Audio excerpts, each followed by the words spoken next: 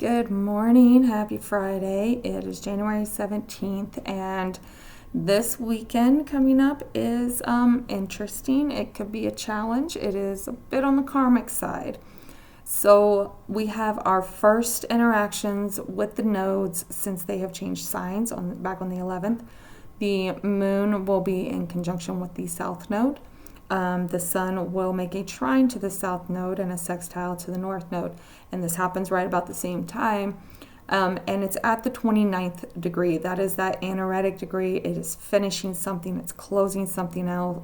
When planets are at the 29th degree, they tend to get a little extra because it's like they're trying to put all of the energy of that sign into that one last moment that they have to make something happen, right? So that's going to be interesting. This happens tomorrow evening is when it's exact on Saturday.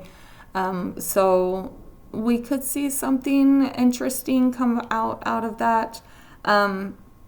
We also have a Venus-Saturn conjunction that is going to be nearly exact around that time as well. That has also got a bit of karmic nature to it, especially with the sun being at that 29th degree of Capricorn, and we also have Mercury that will be moving into a sextile with the Venus-Saturn conjunction, also in Capricorn, both of which being ruled by that Saturn. So there is a big karma energy here. Now that Venus-Saturn conjunction, it could bring some endings. Saturn does end things. It stops them dead in their tracks, okay? So there could be endings as far as relationships, financial things like jobs, stuff like that. But it can be used in such a beautiful way. It's actually a really, really beautiful transit in that it's a great time to, especially with the North Node now being there in Pisces as well, it's a wonderful time to really just let your imagination go and go with the flow, especially when it comes to like trying to make your dreams come true. Saturn solidifies things. It gives it structure. And Pisces and Venus is very creative. It's very warm and loving, and that is just such a beautiful combination to really just reach out to somebody, to help people out, to work on making your dreams come true. The biggest challenge here is going to be that we are likely to start seeing some real wild stuff happen over the weekend, and we have to understand that we cannot control everything, right? That's that letting go in Virgo. We've got to make sure that we are willing to stop trying to maintain this perfect image and a perfect, like, putting everything where it belongs and making sure every detail is where it needs to be. We've really got to just like let go and let God here, okay? Some of the things that I have been hearing over the last few days for this upcoming time, not necessarily this weekend, but just in the weeks ahead, is staying away from the water, stay out of the air, and stay away from crowds. Now, I am aware that there are like protests and like I think the Women's March or something like that happening this weekend on Saturday. If you're going, go. Still do the things that light you up. Still do the things that make you feel good and feed your soul for sure. But make sure you're listening to your intuition. If something tells you to get out of there, get out of there. Also, on Sunday, the sun enters Aquarius right exactly 1 p.m. Mountain Time.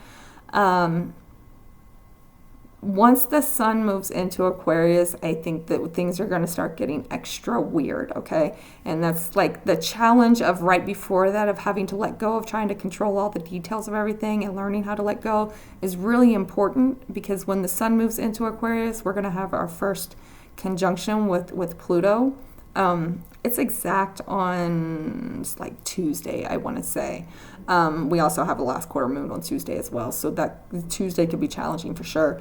But it's putting that in alignment with that Uranus retrograde in Taurus, where it's just shaking things up. It's making you uncomfortable. It's should be giving you a lot of aha moments, it's an awakening energy, but it's an awakening that should be making you question what you thought you knew, right? So if there's things coming up that's really going to change the way we live. So next week could get pretty wild. And so this weekend's challenge is to understand that you can't control that. You cannot control what is happening outside of you. You can only control yourself. And even in controlling yourself, we need to understand that sometimes we have to allow ourselves to be guided by spirit, God's universe, whatever. And sometimes we've got to just do the things that make us feel good. You know, sometimes leaning into the creativity of the world, the imagination, that collective subconscious that we're all connected through, leaning into that to help guide you is going to be really important. That doesn't mean we completely let go of controlling details. You can still maintain details within trusting your intuition and following your guides, okay? So that was a lot of rambling.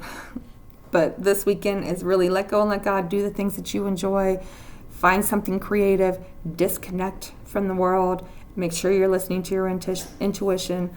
I do still think that there is potential, especially after the sun moves into Aquarius on Sunday. Maybe not this weekend, but into next week we could see earthquakes somewhere in the world. So just watch out for that, okay? Cards-wise, the energy of the weekend is the Tower. I'm pretty sure we had this yesterday or the day before. I don't remember. It's been a long few days. But the weekend is shakeups. It's awakenings. It's things crumbling, okay? Disconnect from this. That is the energy that's out there. But what we need to focus on is the Knight of Wands. What gives you excitement? What makes you feel good? What makes you want to do something, want to keep going, right? Let's focus on that this weekend and disconnect from that tower that's happening out there. But what we're avoiding is that Four of Wands. Everything's going to change. We need to let go of the idea that we can control every single thing and understand that as much, celebrate the little wins, right? Like, don't put everything you have into having this great and wonderful future and celebrating that, because things are going to change whether we like it or not. Whether us astrologers and mediums and everything are correct about what might happen on Monday, or we're wrong about what happens on Monday, everything changes after that regardless. Doesn't matter, okay? Bottom of the deck is the Five of Pentacles. So there is like this like depression and just kind of feeling of being left out, feeling like you don't belong, feeling like kind of this poverty type of energy, the lack mindset. That's what's kind of driving this. Like, it's like we're hitting this point where we're like, you know what, I'm just going to do it. I'm sick of living like this. I'm going to do what I enjoy. If I have to be stuck in this situation, I might as well figure out how to enjoy it type of energy this weekend. Okay, clarifiers for the Tower. You know, I saw a video yesterday of a lady who had found out that they don't live like this in other countries. And it was like she just didn't realize that it didn't have to be this hard. And it really reminded me of what I kept hearing last January, which was, this is not what we were created for. We've got to start doing what we were created for. Find our individual path, what it is that really lights us up, and tell the rest of the world to fuck off is what we really need to start doing at this point, okay? Clarifiers for the Tower. We have the Chariot, so things are moving forward, and that moving forward might be real uncomfortable, okay? Change is rarely ever comfortable. It's like a whole handful. I'm not doing a whole handful here. Yeah. These types of changes, especially collective changes, are rarely ever a comfortable thing for anybody, okay? So just keep that in mind. Ooh, why is it throwing me whole handfuls? I guess we're going to take it this time. Three of Pentacles, that is the workforce, Queen of Swords, and Two of Swords. So, your Three of Pentacles is people that you network with. It's people that you see every day. It's the people that are in your immediate circle. Not necessarily friends, but like just people that you deal with on a daily basis. So it's going to be your coworkers. It's going to be clients, anything of that nature, people that you are networking with in any way. And then we have the Queen of Swords and Two of Swords. Tell me why this just gave me the whole finally making a decision to tell them to fuck off. That Venus-Saturn conjunction could absolutely be a moment of going, what am I doing? This isn't what I'm supposed to be doing, and telling everyone to fuck off. Okay, so just keep that in mind.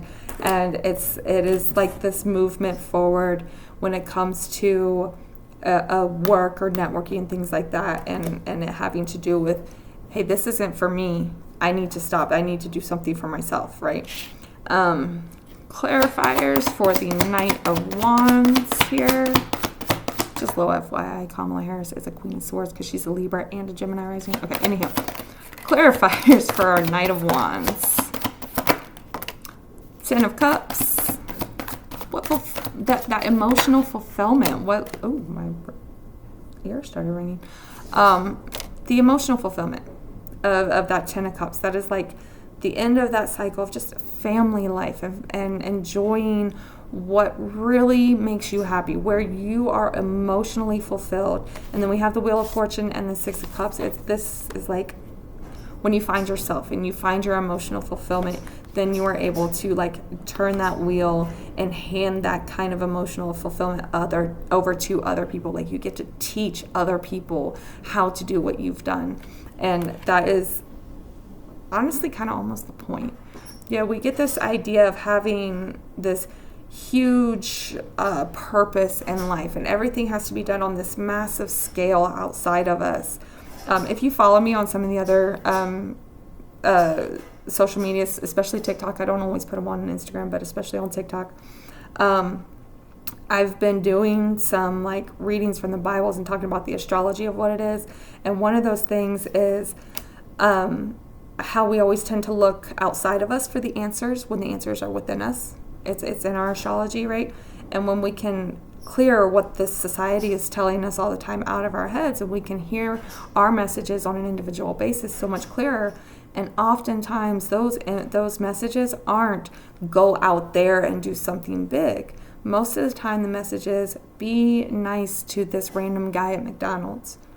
It's little things. And when you find that emotional fulfillment, you can do those little things with so much ease. You can hear, spirit, God, whatever, tell you when somebody needs to hear something from you. And it's that ripple effect that happens there that is important. That's how you make real change, is through the immediate community, okay?